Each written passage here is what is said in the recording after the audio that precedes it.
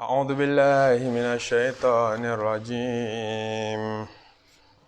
بسم الله الرحمن الرحيم. أعوذ بالله من الشيطان الرجيم.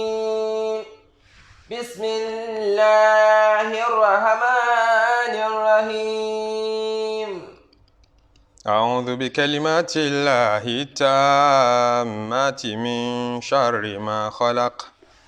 ومن همزات الشياطين وأعوذ بك رب أن يحضرون. أعوذ بالله من الشيطان الرجيم. بسم الله الرحمن الرحيم. أعوذ بالله السميع العليم من الشيطان الرجيم. بسم الله الرحمن الرحيم. أعوذ بالله من الشيطان الرجيم. بسم الله الرحمن الرحيم. إني عصت بربي وربكم من كل متكبر لا يؤمن بيوم الحساب. أعوذ بالله من الشيطان الرجيم. بسم الله الرحمن الرحيم. أستغفر الله سبحان الله والحمد لله ولا إله إلا الله والله أكبر ولا حول ولا قوة إلا بالله العلي العظيم عدد خلقه ورضا نفسه وزنة عرشه ومداد كلماته ومنتهى العلم ومبلغ الرضا.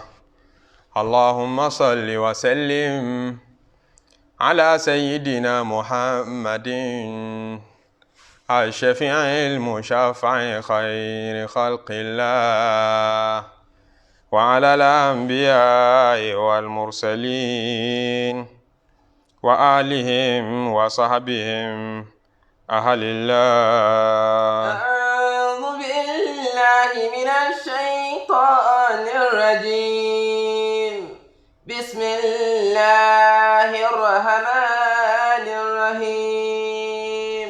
لا إله إلا الله. الله. لا إله إلا الله. الله. لا إله إلا الله محمد رسول الله. الله. لا إله إلا الله. الله. لا إله إلا الله.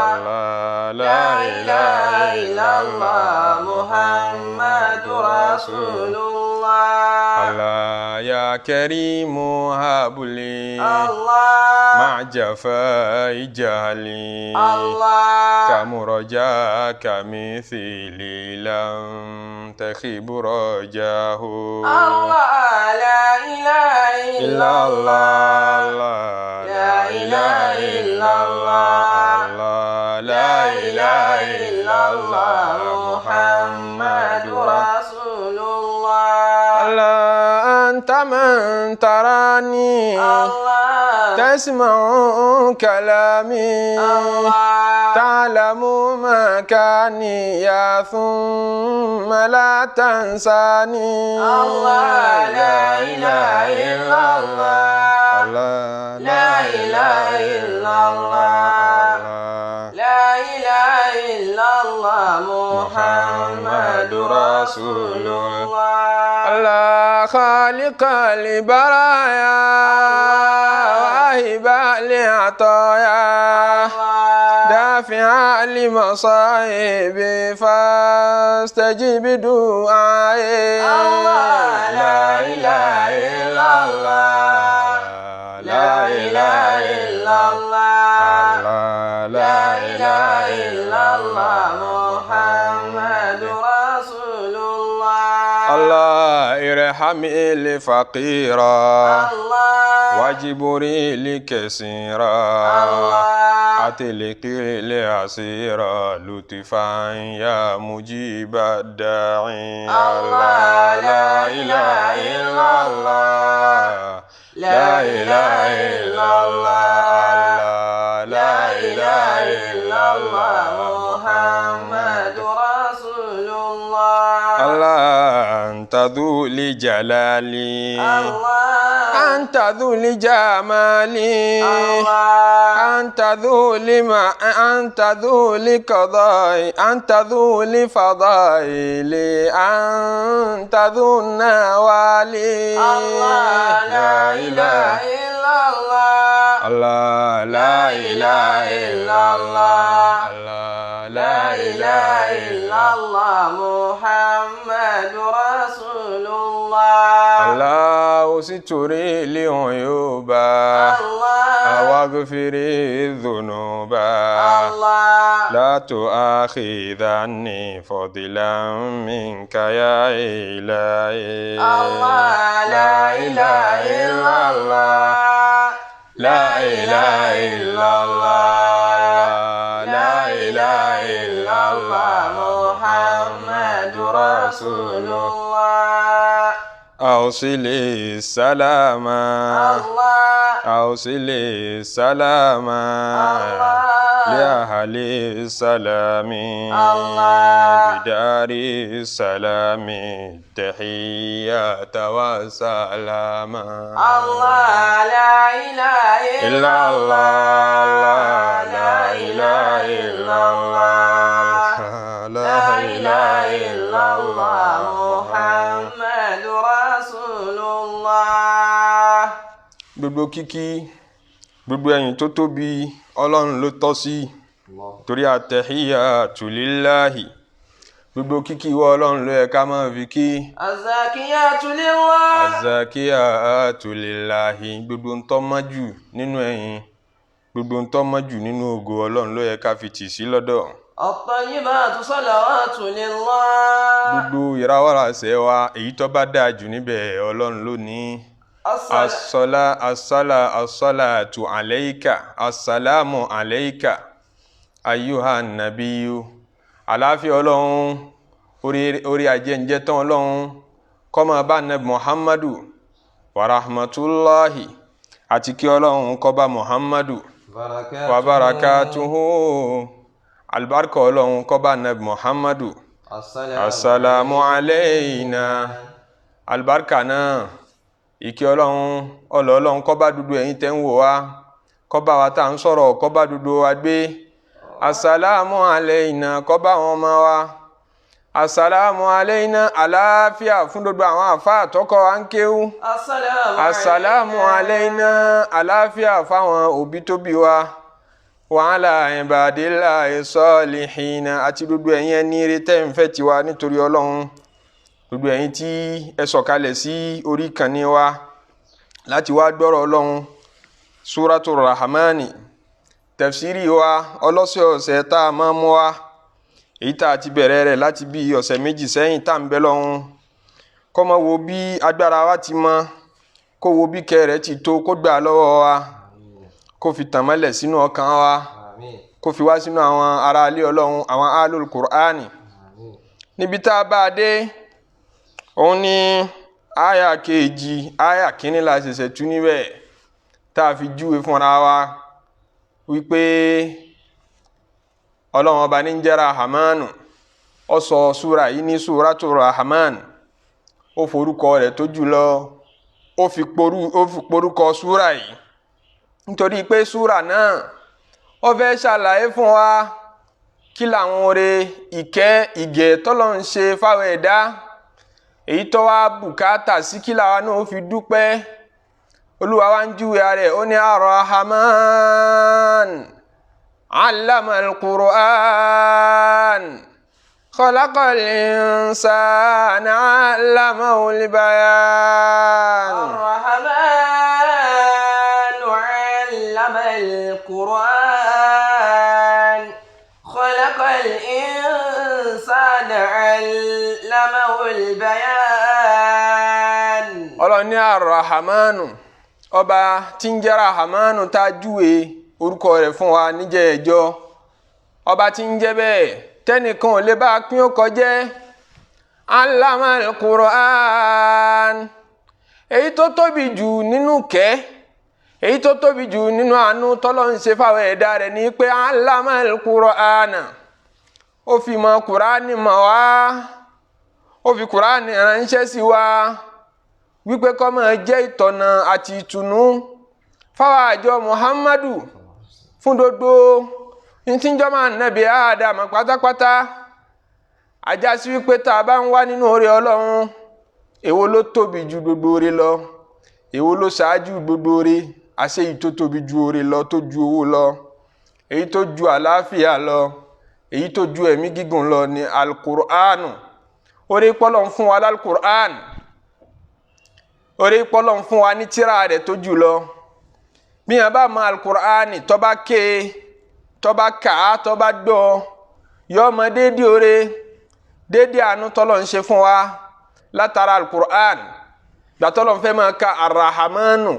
ń pé àwọn orúkọ òun tí ń jẹ́ Rahmanu àwọn kẹwò lòun tara rẹ̀ ṣe fáwọn ọ̀dẹ́ ènìyàn ó fẹ́ ju Rahman àkọ́kọ́ oore tó kọ́kọ́ mention. ar-Rahmanu allama al-Qur'an. èyí tó kọ́kọ́ fi sí ìṣíde gbogbo oore èyí tó fi sákọ́kọ́ òun ni pé allama al-Qur'an ó fún wa lal-Qur'ani ó ju gbogbo tí ń jẹ́ oore míì tá a tún fẹ́ béèrè lọ́dọ̀ Ọlọ́run ọba lọ ńlẹ̀ ni tọ́lọ́ ń bá fi ìmọ̀ Qur'ani mọ̀ kò mọ oore tọ́lọ̀ ń ṣe fóun kò lè mọ oore ní bó ti tọ́ àti bó ti yẹ ntí ò ní jẹ́ ọmọ bó ti tọ́ àti bó ti yẹ ni wípé ó dijọ́ alkiyama kó ní Qur'ani ó tó mọ déédéé yìí àtàpọ́nlé tí ń bẹ níbi al-Qur'anu déédéé yìí àtàpọ́nlé tí ń bẹ fáwọn tí wọ́n bá jókòó ti al-Qur'anu tán fàárọ̀ wọn ké tán fọ̀sán wọn ké tán falẹ̀ wọn ké ar-Rahman allama al-Qur'an ar-Rahman allama al-Qur'an ar-Rahman allama al-Qur'an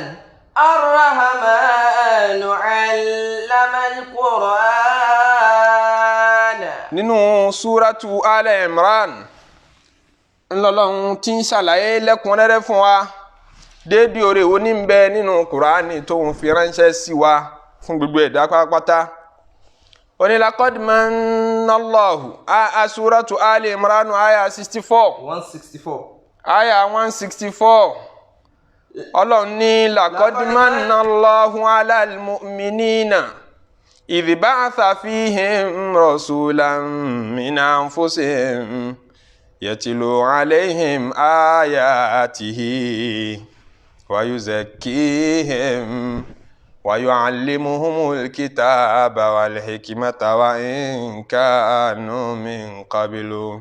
لفي ضلال مبين. لقد من الله على المؤمنين إذ بعث فيهم رسولا من أنفسهم يتلو عليهم آياته ويزكيهم ويعلمهم الكتاب والحكمة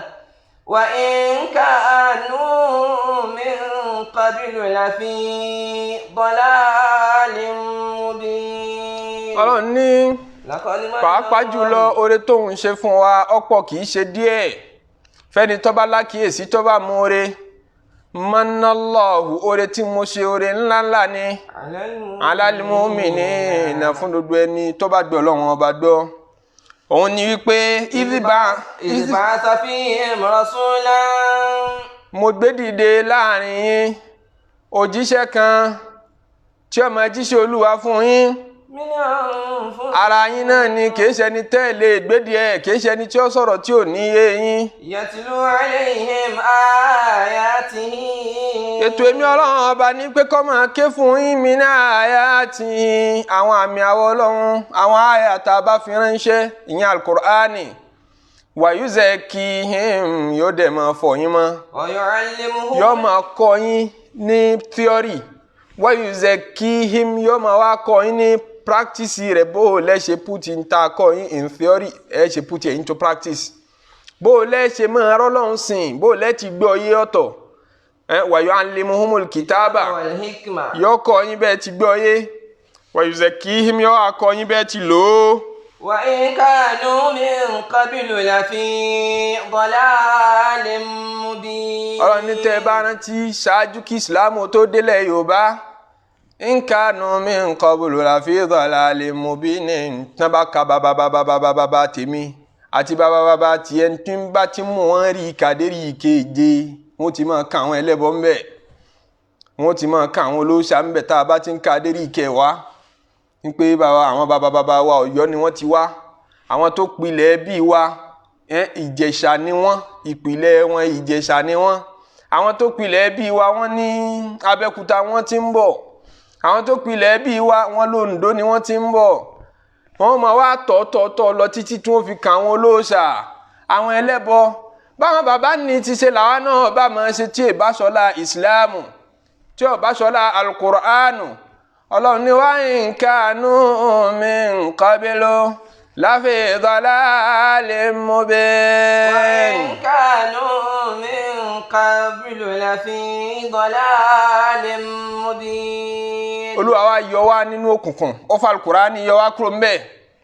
àkọ́kọ́ ń pé ìmọ́lẹ̀ fẹ́ tàn sérí ilẹ̀ tànàbí Muhammadu sallallahu alayhi wa sallam bẹ̀rẹ̀ sí ni máa gba mẹ́sẹ́jì látọ̀dọ̀ Ọlọ́run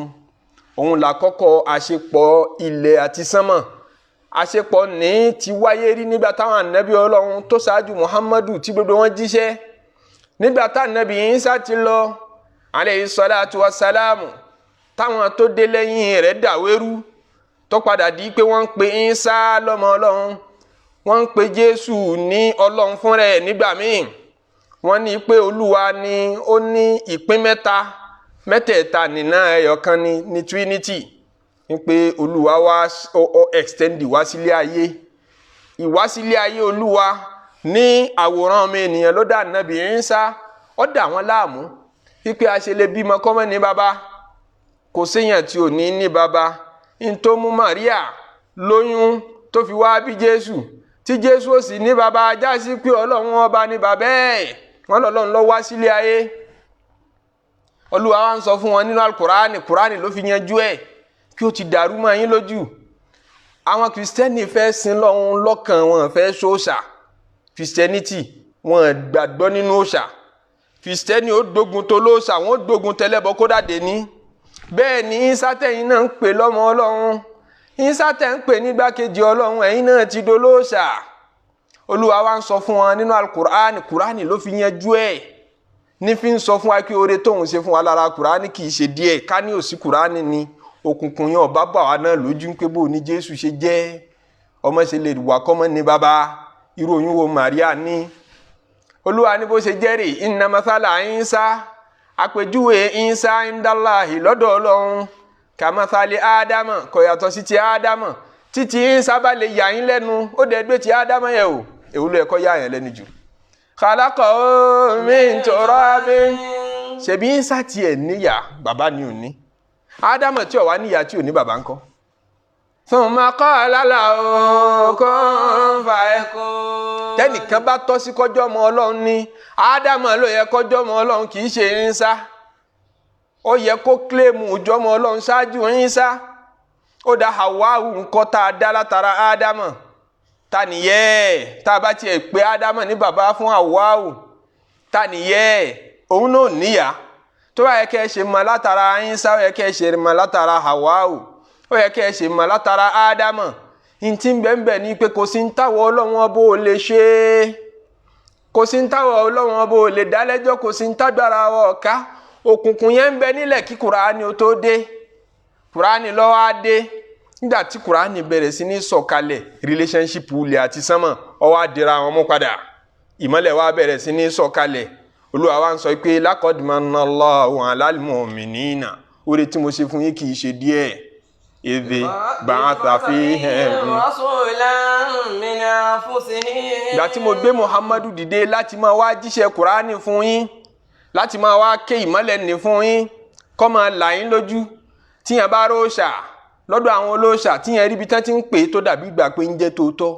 ó lè da ìmánì ẹ̀rú kíyẹn ó ṣe bí nǹkan kan bẹ́ẹ̀ tó nítumọ̀ làwọn olóòṣà fi gbòòṣà gbọ́ nítorí ẹni bá ní òòṣà wọn fi tán bá ní yọ̀rẹ̀ tán bá ní kò ní gbádùn kò sì ní gbádùn tán bá ní yóò kú ó ṣeé ṣe kó kú ó jẹ́ kí gbogbo èèyàn máa gbà pé òòṣà ló bú òòṣà dílé kínní kan agbọ́dọ̀ sọ̀rọ̀ lé agbọ́dọ̀ gbàgbé àṣà kálukú bẹ̀rẹ̀ sí ní máa bẹ̀rù Kùránì ló dé lọ́la àwọn èèyàn lójú pé kò sí ti ń bẹ́ẹ̀ ẹ̀dá bíi tiyín làwọn náà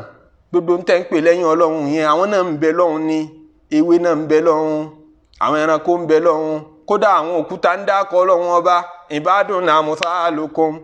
ẹrú Ọlọ́run bíi tiyín làwọn náà àwọn ìlà lójú yìí àwọn ìmọ́lẹ̀ yìí Kùránì ló bá dé ẹ wá imagine ká Ọlọ́run bá sọ Kùránì kalẹ̀ fún wa ṣé Bíbélì táwọn Pọ́ọ̀lù ti dojú ẹ̀rú làwọn náà máa kà version wo ni ká mú níbi version wo ni ká ti gbé ṣébi tí Lúùkù àti Jọ́ọ̀nù ti ń takora wọn ni ká ti gbá mú Al-Kùránì tí ò ní tẹ́ láéláé Al-Kùránì tí wọn ò ní rọ́wọ́ tì bọ́ tí ò ní dàrú láéláé Ọlọ́run wá fún wa ló fi ní Ar-Rahman ọba aláàánú Ar-Rahman ọba oníkẹ́ alámàlì Qur'an àgbàkẹ́ rẹ̀ tó ṣe fún yín ni pé ó fi Kùránì mọ̀ yín. Ar-Rahmanu allamahul Qur'an. Ar-Rahmanu allamahul Qur'an. Ar-Rahmanu allamahul Qur'an. Ọlọ́run tún wá ṣe Al-Qur'ani fún wa ní ìmọ́lẹ̀ èyí tí ó máa tọ́ wa níka ní gbogbo ìgbà tá a bá wà nínú òkùnkùn tí ó máa gáìdì ìgbésí ayé wa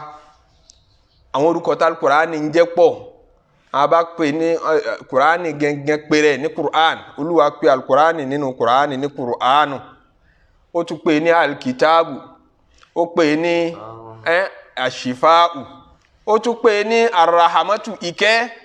ó tún pè ní Tibuyanu àlàyé ó pè ní Furqanu àti bẹ́ẹ̀ bẹ́ẹ̀ bẹ́ẹ̀ lọ nínú àwọn orúkọ tí Kùránì ń jẹ́ gbogbo ẹ̀ ń pàdé sábẹ́ ìkẹ́ tẹ́ bá gbé gbogbo orúkọ nìyẹn o ń bẹ lábẹ́ pọ́lọ́n sáfẹ́ sànú wa àánú ni Qur'an Ọlọ́run wá kí Al-Qur'an níbòmí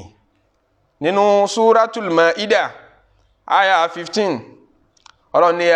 al-kitabi mo pè yín tẹ́ ti ní tírà ṣáájú nínú àwọn ọmọlẹ́yìn Ìsá ìyẹn Jésù àti àwọn ọmọlẹ́yìn Ànábì Mùsá ìyẹn àwọn Júù ya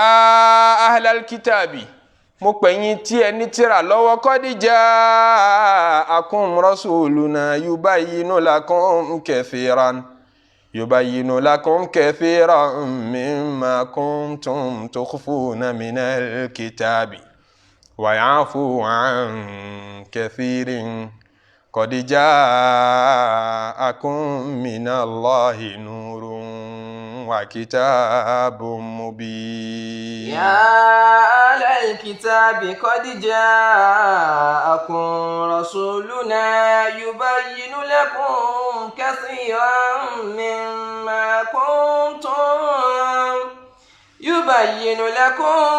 kathiran mimma kuntum tukhfuna minal kitabi wa ya'fu an kathirin qad ja'akum minallahi nurun wa kitabun mubin yahdi bihi Allahu man ittaba'a ridwanahu subula salam ويخرجهم من الظلمات إلى النور بإذنه ويهديهم إلى صراط مستقيم. Ọlọ́run ní òun ké sí gbogbo ẹni tó ti ní tírà ṣáájú gbogbo ẹ̀yin tẹ́ mọ̀wé gbogbo ẹ̀yin onílàákàyè ẹ gbé Kùránì yẹ̀ wò kí èyàn ó ní literature kan kó wá dá lójú kó wá máa gbé kó máa tẹ́ndà rẹ̀ sí gbogbo tí ń jẹ́ yunifásitì pé ó yẹ bá ń review ẹ̀ mo fẹ́ kẹ́ criticize ẹ̀ mo fẹ́ kẹ́ critically review ẹ̀ ẹ bá má ṣiṣẹ́ ibẹ̀ jáde ẹ bá mú bí tó ti takora wọn jáde àwọn òfin tí mo ṣe ń bẹ̀ ẹ bá mi wá àwọn àbùkù bẹ̀ jáde challenge wa wà ń ta láti 1500 years almost ọ wà ń ta fún dodo onílàákàyè fún dodo philosopher fún dodo ọ̀mọ̀wé fún dodo alágbárí nípa ẹ̀yẹ Kùránì wẹ̀ bá wá ṣiṣẹ́ ibẹ̀ gbogbo wọn pátápátá ọ̀rá ṣiṣẹ́ ma huribat qattu illa adamin harabin adala adi ilayha mulqiya salami adali adi ilayha mulkiya salami mahuribat qattu illa adamin harabin adali adi ilayha mulkiya salami adali adi ilayha mulkiya salami. Al-Qur'an mahuribat gbogbo àwọn àyà abẹ ẹnìkan gbógun tí wọ́n rí ní pé mo tiẹ̀ fẹ́ jà wọ́n lógun ọpọlọ mo fẹ́ yẹ̀ wò mo fẹ́ wá ṣiṣẹ́ bẹ̀ ó gbọ́dọ̀ níbi tó ti takora wọn ìwé kan ṣe wà tí ò ní láàyè àwọn kan ti gbìyànjú bẹ́ẹ̀ rí mahuribat qattu wọn wá gbé gbìyànjú yẹn jáde rí ilà adamin harabin àdálé àádí àwọn ọ̀tá tó burú jù nínú àwọn ọ̀tá al-Qur'an nínú àwọn orientalist àtàwọn ẹlẹ́sìn mìíràn tí wọ́n fẹ́ wá ṣiṣẹ́ Qur'ani jáde àdálé àádí àwọn ọ̀tá tó burú jù àádá ilayha wọ́n padà sí di Qur'ani yẹn ńbẹ nínú wọn tó gba ìsìláàmù mulkiya salami wọ́n juwọ́lẹ̀ min harabin nígbà tí wọ́n pàdánù lójú ogun wọ́n ju owó nù síbẹ̀ wọ́n ju ọpọlọ nù síbẹ̀ wọ́n ju táìmù nù síbẹ̀ pé àwọn ò rí nǹkan kan mú bọ̀. adali adi ilayha mulkiya salami. adali adi ilayha mulkiya salami. ọlọ́run wá ní gbogbo ẹ̀yin tẹ́ mọ̀wé qad ja'akum rasuluna yubayyinu lakum kathiran ojúṣe wa ti dé wá báyìí yẹn Muhammadu. yubayyinu lakum kathiran mimma kuntum tukhfuna min al-kitab. àwọn nǹkan tẹ́ ẹ mọ̀ pé mọ́ ti bọ̀lẹ̀ tẹ́ ẹ ní fẹ́ mú jáde láwọn fáàkì tí ń bẹ nínú bíbélì tí ń bẹ nínú bíbélì pé ìmọ́lẹ̀ kan wà láti bí àpáta Fáránì ẹ mọ̀ bẹ́ẹ̀ ẹ sì mọ̀ àpáta Fáránì kankan ò sí nílẹ̀ Jerusalem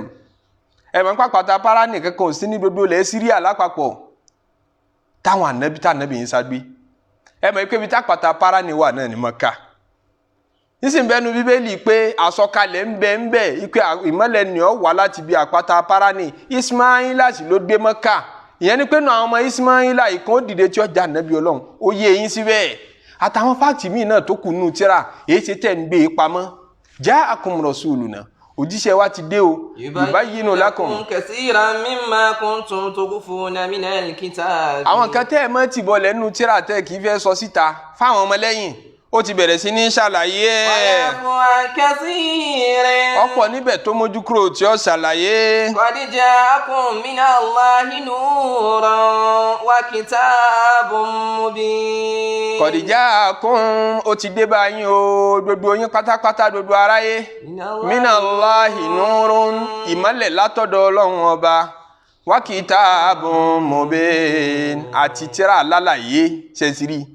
àánú lọ́lọ́run fi ṣe fún wa inú òkùnkùn láàbá wà. yahdi bihi Allahu man ittaba'a ridwanahu. subula salami tọrọ ni mọ̀ fún olùbẹ̀ nkìrá àdọ́dọ̀ parí sí.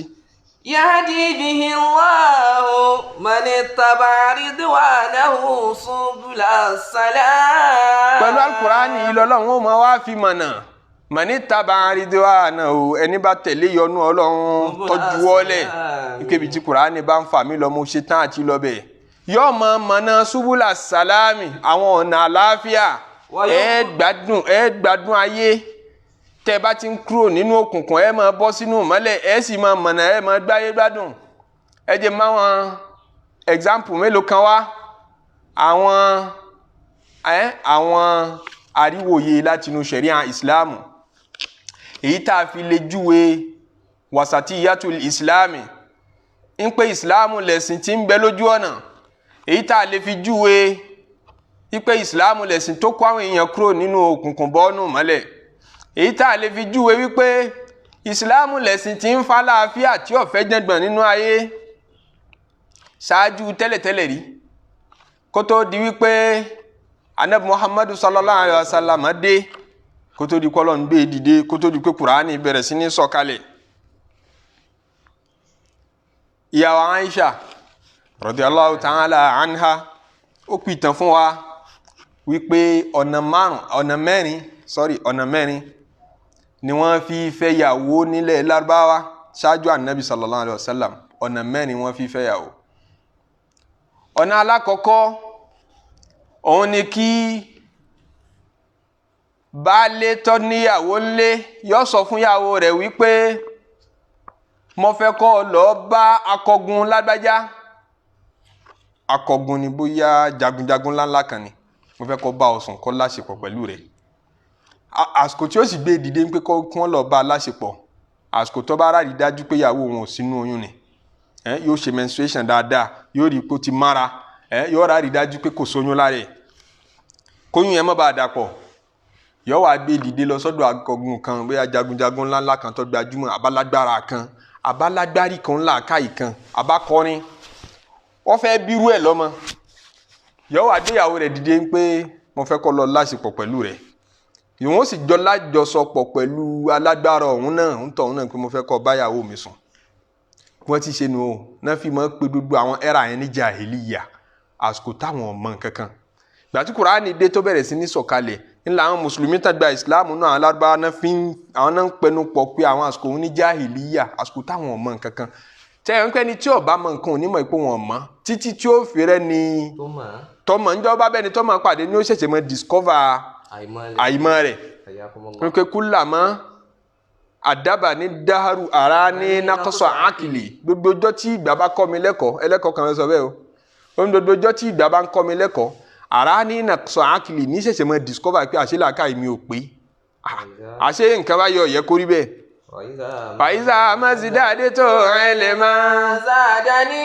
ìlmà bìjálì. Gbogbo ọjọ́ tí ń bá nímọ̀ sí,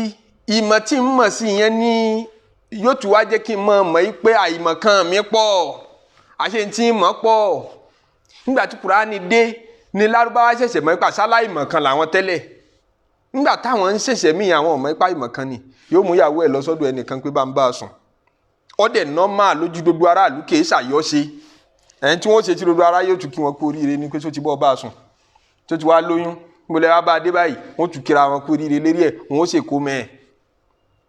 Kí ló fẹ́ ní pé ó fẹ́ kí òun ó bírú akọgun yẹn lọ́wọ́. Ó gbàgbọ́ wípé àtọ̀ rẹ̀ tó bá òun báyàwó òun sùn, òun lè fi àtọ̀ yẹn tó bá bímọ, àtọ̀ yẹn ó bírú alágbára yẹn. Òun ọmọ wa nínú ọmọ alágbára bíi tiẹ̀. Ẹ wá ìmọ̀ kan. Yóò wá gbéyàwó ẹ̀ lọ sọ́dọ̀ ẹnìkan kó bá òun bá a sùn. Tí èyí ṣàyọ́ṣe o. Àìmọ̀ kan gba yẹn ní Ànábì sallallahu alaihi wasallam bá.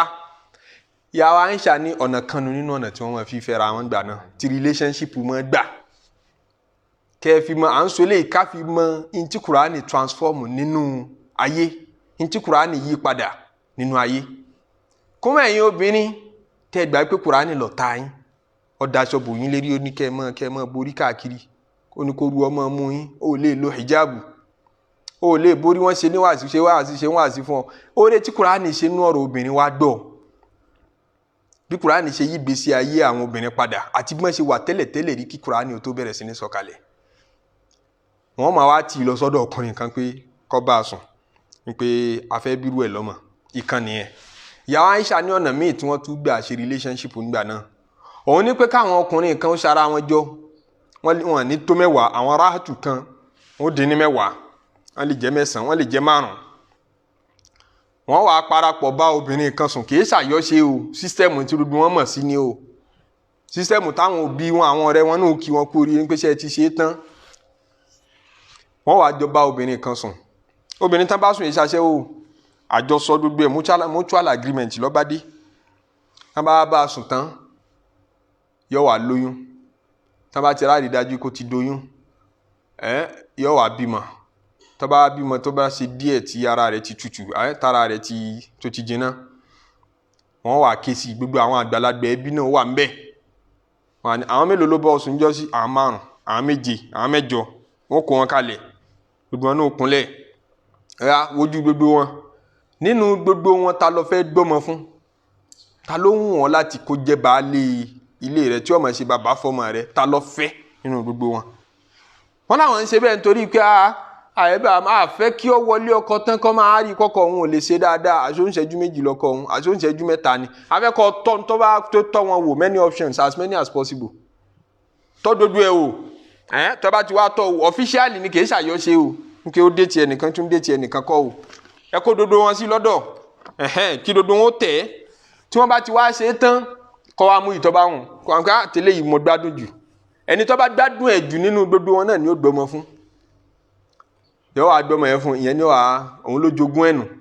kò sálẹ̀ébù wọn ká sálẹ̀ébù rárá o òun ó tún gbà pé òun soríire ni o pé nínú gbogbo àwọn ẹgbẹ́ òun nínú ọkùnrin òun ni òun ti là ọwọ́ òun lọ́wọ́ òun tẹ̀ àwọn tí Islam bá nù gbọ́n ṣe ń ṣe marriage before Islam nù option kan lálákọ̀ọ́kọ́ ta sọ option kejì lélẹ́yìí option kẹta à ń fi ń tú ọ̀rọ̀ Ọlọ́run tó sọ pé Ar-Rahmanu allama al-Qur'an Ar-Rahmanu allama al-Qur'an Ar-Rahmanu allama al-Qur'an. Ọlọ́run ní Ar-Rahmanu èmi ọba oníkẹ́ àkọ́kọ́ kẹ́ tí mo ṣe fún yín ni pé allama al-Qur'an mo fún yín Qur'an mo fi guide yín mo fi yọ yín kúrò ní òkùnkùn ọ̀nà ìgbà kẹta tán tún gbà márì òun wà ní taláṣẹ́wó dé àwọn bàgáyà àwọn obìnrin tó yẹ sí pé àwọn gbajúmọ̀ pé iṣẹ́ aṣẹ́wó làwọn ń ṣe ọkùnrin wa nídìí ọmọ ó nídìí ọmọ kò sì fẹ́ fẹ́yàwó yóò wá pé ọ̀nà oníkóhùn ó gbé gbà yóò wá lọ sí ọ̀dọ̀ aláṣẹ́wó bó làwọn aṣẹ́wó ṣe ń ṣaṣẹ́wó ńgbà náà ó ti ní ìyẹ́ ẹyẹ bí àsíá ìyẹ́ ẹyẹ kan tí ọ̀rọ̀ ata mẹ́nu ọ̀nà wọ́n bá ti ta mẹ́nu ọ̀nà símbọ̀ ni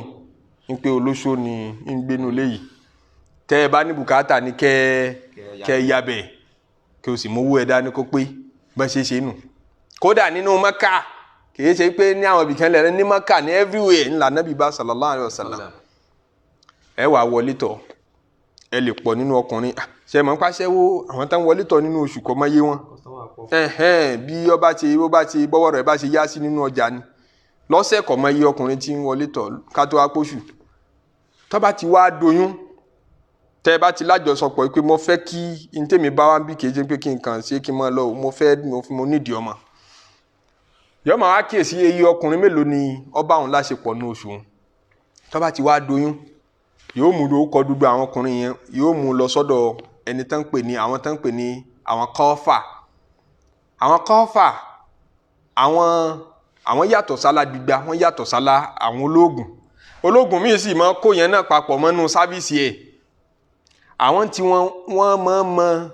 bó la ṣe tọpa ẹsẹ̀ ìyẹn ṣe ní àjò nínú dẹ́sàtì nísìnyí wọ́n á fẹ́ wá ẹsẹ̀ ẹ̀ wọ́n fẹ́ mọ ọ̀nà ibi tọ́gbà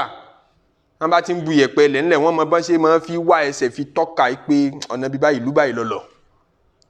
iṣẹ́ wọn nìyẹn nínú iṣẹ́ wọn tó wà ní pé ẹbí mọ̀ ẹ̀ ń ṣàríyànjiyàn tá ń lọ́mọ yìí kọjọ́ mi mo fura pé Raufu lónìí mo fura pé kí n Lamidi lónìí irọ́ ni irọ́ kọ́ DNA làwa ń ṣe nísìnyí àbí àwọn kọ́fà ni mo bá wọn yanjú ẹgbà náà wọ́n wá wà tẹ́lẹ̀ sí ọmọ wọ́n ti mọ àwọn ibi tán àwọn náà wà professional lójú ara wọn gbà náà wọ́n máa ń tán máa wò lára ọmọ ẹsẹ̀ wọ́n wọ́wọ́ wọ́n wo dúdú ẹ̀ lágbájá ló bí ọmọ tàmọ̀dò ni wọ́n mọ bá ṣe máa wò wọ́n wá gbé ọmọ lọ sọ́dọ̀ àwọn kọ́fà ìpè nínú gbogbo àwọn ọkùnrin tó bá lédì yìí sùn nínú oṣù yìí ta ló ní oyún ọmọ yìí wọ́n ti bímọ wọ́n àjọba ti bí tán ta ló lọ́mọ ẹni tí kọ́fà bá wá sọ pé òun ló lọ́mọ pé àwọn ti wádìí àwọn ti wo gbogbo àpẹẹrẹ tó yẹ káwọn wò òun ni ọmọ jẹ́ bàbá fún ọmọ yẹn ìyàwó Aisha ní ọ̀nà kẹta tó tún fi mọ́ márì nù kí wọ́n fi mọ́ lọ́mọ tán fi establish family ọ̀nà kẹrin wá lọ́nà tí Islam padà wá endorse ìyẹn náà ti wà ṣáájú tẹ́lómi obìnrin ká ọ̀nà wo lànà mọ́ bá wá sílé ayé nínú mẹ́tẹ̀ẹ̀ta yìí nígbà tá a ní sísítẹ́mù tán fi márì nù ìbéèrè tẹ́lómi ọmọ ìbéèrè inú ọkàn rẹ̀ ni pé tó bá jẹ́ sísítẹ́mù yẹn ni ànábì wọn má tàwọn Abubakar ọ̀nà wo ni wọ́n gbà bí àwọn ọ̀nà kẹrin tọ́ni Islam padà wá endorse pé tẹ́ bá fẹ́ wọn ẹ fẹ́ wọn pẹ̀lú yọ̀ǹda bàbá ìyàwó ẹ fẹ́ wọn pẹ̀lú yọ̀ǹda ẹ̀sìkò ọ̀dọ̀ bàbá ìyàwó lẹ́ ti gbé ní àjò afẹ́fẹ́ ọmọ yẹn afẹ́ tọrọ ẹ̀ wọ́n dẹ̀ yọ̀ǹda ẹ̀ sanwó orí ọ̀nà yẹn náà ti wà ṣáájú kí Islam tó dé òun ní Islam padà túùsì pé òun ní kẹ́ máa lò lọ. kí la fẹ́ lò ẹ wo bí wọ́n ṣe sọ obìnrin dà kó tó wá di pé Islam wá là wọ́n lójú Kùránì ní wọ́n sọ fún wọn pé fankihuhunna bi idhni ahlihinna tẹ́ bá fẹ́ fẹ́ yàwó ẹ gbà yọ̀ǹda lọ́dọ̀ bàbá yàwó ẹyẹ kàn papọ̀ bóbìnrin sùn mọ́kẹ́ ní ẹni tó bá wùn ní kó gbọ́mọ fún ẹyẹ ṣe bẹ́ẹ̀ ẹ yé bá aláṣẹ́wó sùn mọ́kẹ́ ní kọ́ mọ́ gbó ọmọ fẹ́ni tó bá fẹ́ ẹ sì yé gbé má gbé ìyàwó rẹ fẹ́ nìkan pé kọ́ bọ́ sùn pé toró fẹ́ bírú ẹ̀ lọ́mọ fankihuhunna bi izni ahlihinna ìkẹ́ Kùránì wá sọ̀kalẹ̀ ó transform ìgbésí ayé Lárúbáwá nínú rádaràda nínú àìmọ̀ kan tí wọ́n ti máa ṣe kí Islam tó dé òun ni adlul mar'a obìnrin má jìyà kí Islam tó dé o tóbìnrin bá mọnú rò kò sẹ́sìn tó yẹ kó nífẹ̀ẹ́ tó dàbí Islam torí ẹ̀sìn yẹn ló jà fún obìnrin jù ẹ̀sìn tó jà fún obìnrin jù nínú gbogbo ẹ̀sìn Islam ni adlul mar'ati nínú tí Islam bá nílẹ̀ Lárúbáwá ni pé obìnrin wọn a máa subject ojú tán fi ń wo obìnrin bí commodity ni bí commodity wọn tán pè ní commodity gbogbo àwọn nǹkan tán ra nǹkan kéékèèké yìí tán máa tà lọ́jà so wọ́n máa ra obìnrin wọn máa tà ni wọ́n pè lẹ́rú àmọ́ bí ìgbà pé yẹn ń ta yẹn ń ṣòwò ni bàbá tó bímọ obìnrin náà bí ìgbà pé ó bí asset tó fẹ́ ṣe lówó ni bí ìgbà pé yẹn ń sin ẹran àwọn ẹran húdà tó ti dàgbà tí léyà ń bọ̀ lọ́ọ̀kan tó ti ń wò kíkà ẹ̀ price tí ó lọ ni gbọ́n ṣe mọ ojú táwọn òbí ọmọ náà fi ń wọ ọmọ nù ó nkà àràyè mọ́ ti ń dàgbà ó dùn wò dáadáa price rẹ̀ kò ní lọ ní kékeré yóò máa wá bọ̀ níbọ̀ kó lè rí ìta lówó gidi owó ní òfin ta owó èrí rẹ̀ máàrù rẹ̀ ìyẹn owó dáwùrì ní owó dáwùrì fi máa wọ́n ní ọ̀dọ̀ àwọn Lárúbáwá ń gbà náà tó àwọn ọmọ rí bí gbà pé income òun ni gbogbo èrè gbogbo owó tóun ti ná láti bẹ̀rẹ̀ pẹ̀pẹ̀ ìgbésí ayé ọmọ yìí àsìkò tó wọ́n get back gbogbo income ni yóò máa wá ṣe ádùlù rẹ̀ bó náà ṣe máa ṣe ádùlù ní pé àwọn ọkùnrin tó ṣe déédéé tọmọ yẹn fẹ́ láti fẹ́ tí yóò dẹ̀ tọkọ fẹ́ wọ́n lè tọ́jú ẹ̀ kúfùú ni wọ́n jẹ́ nítorí pé kúfùú ni pé obìnrin kọ̀ọ̀kan lọ́kùnrin tó ṣe déédéé nínú status mọ́ jura wọn lọ́nu ayé Ọlọ́run wà rafa'na ba'dakum fawqa ba'din darajat status mọ́ jura wọn lọ obìnrin tó bá status rẹ mu tágbára rẹ ká láti feed ẹni tí ẹ́sùkú gbogbo ti ń bẹ lákàntì rẹ̀ kọjá 100,000 naira tó bá fẹ́ kọjá yìí ní kó ló fẹ́ fi ọmọ $10 ìkọjá yìí gbà ní ìkọjá yìí gbẹ́ tí wọ́n bá fi fún ọ kódà nínú ṣẹ̀ríà Islam kò yẹ kan fọmọ fún ọ nítọ́pọ̀lọpọ̀ àwọn afọ́hùn fíkì wọn wí nù wọ́n ṣe ṣèrọ́tù kàfáà wọ́n ní gbọ́dọ̀ ń gbẹ́ 100,000 náà lè manage ẹ̀ wọ́n tọmọ yìí bẹ́ẹ̀ wọ́n dẹ̀ fi help gbésí ayé rẹ̀ nítorí tó bá wọlé tán gbogbo 100,000 ti ń bẹ lákàntì rẹ̀ kò tó iye tí yóò fi ra ago àbí òkà ti ń bẹ lọ́wọ́ rẹ̀ kọ́ wá ní kò ní sùúrù tó so wọ́lọ́ ọ̀gbọ́n òun èyí kọjá yìí ó ní déédéé ntí agbára kálukú mọ́ so àwọn afọ́hùn fíkì máa ṣe ṣèrọ́tù kàfáà níbi marriage kódà nígbà táwa tèmi kọ́kọ́ bá a pàdé kí n lé mi nígbà tí a wà ní secondary school sànàwí táwa ké fíkì débi pétò ní wọ́n bá mari kàfáà àwọn màlìkíyà ní dandan ní àwọn kìnnìkan ní dandan àwọn fojú iléèwé wò pé no love ló ṣe pàtàkì kí lè táwọn àyímọ̀ yẹn sọ báyìí tá bá ti nífẹ̀ẹ́ ara wọn ìyàwó lè ní jọkọ lọ ó lè ní àwọn àfáà ṣáàdùn lè rí pé kàfáà ẹ gbọ́dọ̀ ṣe déédéé ara yín kó jẹ́ni tí ó wà sufficient láti bọ́ kìí ṣe bíbọ́ tẹnu nìkan kó jẹ́ni tó yẹ sí pé ìṣọmọkùnrin rẹ náà ó lè bọ́ ìyàwó ó lè bọ́ ẹnu ó sì lè bọ́ abẹ́ nígbà tó bá mọ̀ pé nǹkan ń ṣe ọ́ sexually wọ́n ní ọ̀gbọ́dọ̀ díẹ̀ marriage lọ́ọ́ mójútó ra rẹ náà wọ́n á ṣe ṣèrọ́tù kàfáà àti yàn bá marry ọ̀gbọ́dọ̀ jẹ́ni tó ṣe déédéé rẹ̀ tó lè fẹ́ nítorí pé kí mi problem má bàa máa ṣẹlẹ̀ nígbà tẹ́ ẹ bá fẹ́ra yín tán wípé ìwọ̀n ń wo bòmíì ìwọ̀n tún lọ́dọ̀ àwọn ọkùnrin mi nígbà tó bá rí maintain ó sì bá làákàyè mu ó fún ọkùnrin náà ní ìgbésí ayé tí ó bá làákàyè mu ìgbésí ayé tí ó mú àlàáfíà wá náà ibi tá a ti wáyà lọ bẹ̀rẹ̀ ní táwọn ọkùnrin bẹ́ẹ̀ nínú Islam tí wọ́n bá wá dé tí wọ́n láwọn fẹ́ ìyàwó ọkùnrin tó ṣe déédéé tó lè bọ́ ìyàwó tó ní gbogbo tó require láti fi ọmọ yín kí bàbá ìyàwó wá yarí kó lóun ò ní fi ọmọ òun lẹ̀ ó sì mú ọmọ náà láti fẹ́ arákùnrin yìí kí wàá lẹ skills bàbá ìyàwó adilu alaadulu òun ní pé